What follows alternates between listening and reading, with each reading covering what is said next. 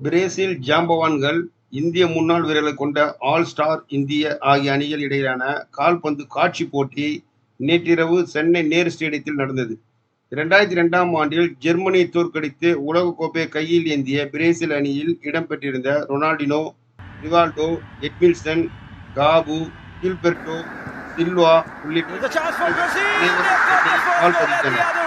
முன்னாள் கால்பந்து ஹீரோக்களை காண 23,000த்திற்கும் மேற்பட்ட ரசிகர்கள் குவித்ததால் நேரு ஸ்டேடியமே குலுங்கியது.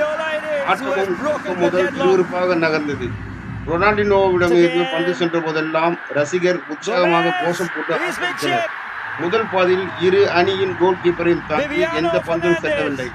35வது நிமிடத்தில் இந்திய அணிக்கு கிடைத்த ஃப்ரீ கிக் வாய்ப்பில் கேப்டன் IM விஜயன் உதித்த பந்து ஜஸ்ட் கம்பத்தை விட்டு நழுவி போனது. இதனால் முதல் பாதி 0-0 என்று கணக்கில்